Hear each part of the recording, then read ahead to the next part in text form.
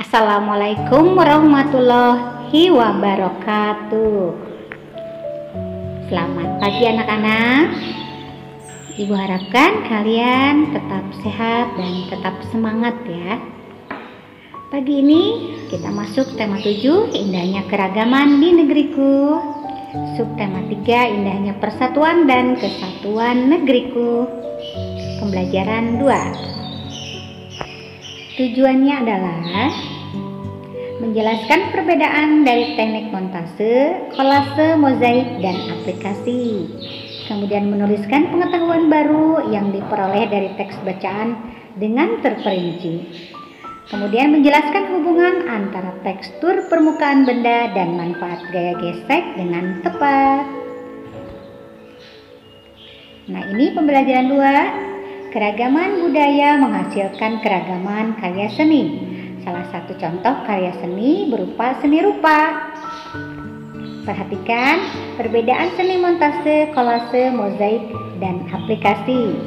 Kalian boleh buka buku paketnya.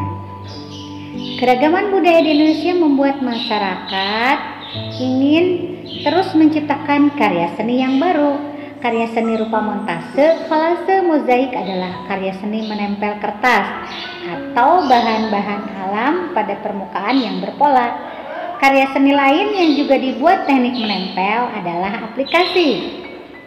Coba perhatikan, ini adalah teknik menempel montase. Kalian ingat montase artinya gambar-gambar ya dari majalah dipotong-potong sesuai tema lalu dibentuk. Ya, itu adalah teknik montase. Montase dibuat dengan tadi menempelkan benda-benda atau gambar-gambar yang sudah jadi digunting. Kemudian gambar tersebut dapat diambil dari majalah bekas, surat kabar, atau media lainnya. Kemudian disusun ulang membentuk gambar baru sesuai yang kita inginkan. Nah, lihat di sini cara membuat karya montase. Ada di buku paket ya. Selanjutnya, ini adalah kolase. Kolase dibuat menggunakan paduan aneka bahan, misalnya kertas, kain, kayu, atau bahan lainnya yang ditempelkan pada permukaan gambar. Cara membuat kolase seperti ini. Buat gambar pada selembar kertas sesuai tema yang dipilih. Siapkan bahan untuk kolase, misalnya kertas, kain, kayu, atau biji-bijian. Potong-potong bahan kolase kecuali biji-bijian. Tempelkan potongan-potongan bahan pada gambar yang sudah dibuat. Selanjutnya adalah mozaik. Cara membuat karya mozaik. Buatlah gambar pada selembar kertas sesuai tema yang dipilih. Siapkan bahan untuk kolase, misalnya kertas atau kain. Potong-potong kertas atau kain menjadi potongan kecil-kecil.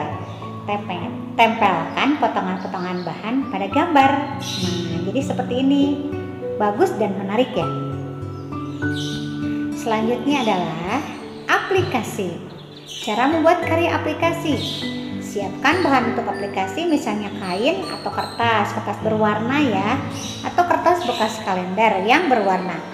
Rancanglah gambar pada selembar kertas sesuai dengan tema yang dipilih. Potonglah kain atau kertas menjadi bentuk tertentu, misalnya daun, bunga, binatang, atau bentuk-bentuk lain sesuai dengan gambar rancangan. Tempelkan potongan bentuk tersebut pada benda yang akan dihias. Tempelkan menggunakan lem atau dengan menjahit jika aplikasi menggunakan kain. Ayo membaca. Nah, di sini ada bacalah teks berikut. Anak-anak boleh baca ya. Percantik dekorasi ruang tamu dengan seni mozaik. Tuh, cantik bukan? Kalian bisa belajar di rumah cara membuat mozaik. Nah, selanjutnya adalah mendapatkan pengetahuan baru dari bacaan. Pengetahuan baru apa yang kamu dapat dari teks percantik dekorasi ruang tamu dengan seni mozaik? Nah, kalian bisa diskusikan ya dengan ibumu di rumah. Karya kolase, montase, aplikasi, dan mozaik menggunakan aneka bahan. Bahan yang dapat digunakan misalnya kertas, biji-bijian, bulu binatang, kain kaca, atau keramik. Setiap jenis bahan akan menghasilkan tampilan berbeda. Tekstur karya juga berbeda, ada yang bertekstur halus, sebaliknya ada juga yang bertekstur kasar. Secara umum ada dua macam tekstur permukaan benda, yaitu kasar dan halus. Setiap jenis tekstur memiliki kelebihan dan kekurangan tergantung peruntukannya, untuk apa dan untuk apa. Kaca yang bertekstur halus bermanfaat supaya dapat menentukan cahaya lebih baik. Sebaliknya, ban bertekstur kasar. Selanjutnya, gaya gesek dan manfaatnya dalam kehidupan sehari-hari.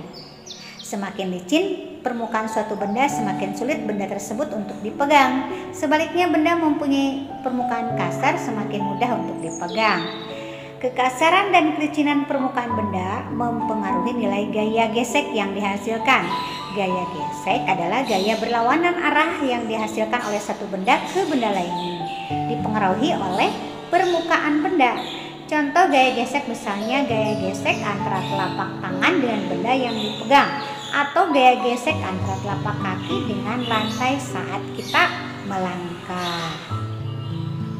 Manfaat gaya gesek dalam kehidupan sehari-hari. 1. Benda dapat mudah dipegang karena adanya gaya gesek. Kedua, ban mobil dibuat dari bahan karet dan permukaannya beralur-alur agar tidak tergelincir. Rem digunakan untuk menghentikan sepeda atau kendaraan bermotor. 4. Amplas digosokkan ke permukaan kayu agar halus. 5. Gergaji digosok-gosokkan pada kayu agar terpotong. Nah, anak-anakku, sekian pembelajaran hari ini. Kita bertemu lagi di pembelajaran berikutnya. Wassalamualaikum warahmatullahi wabarakatuh.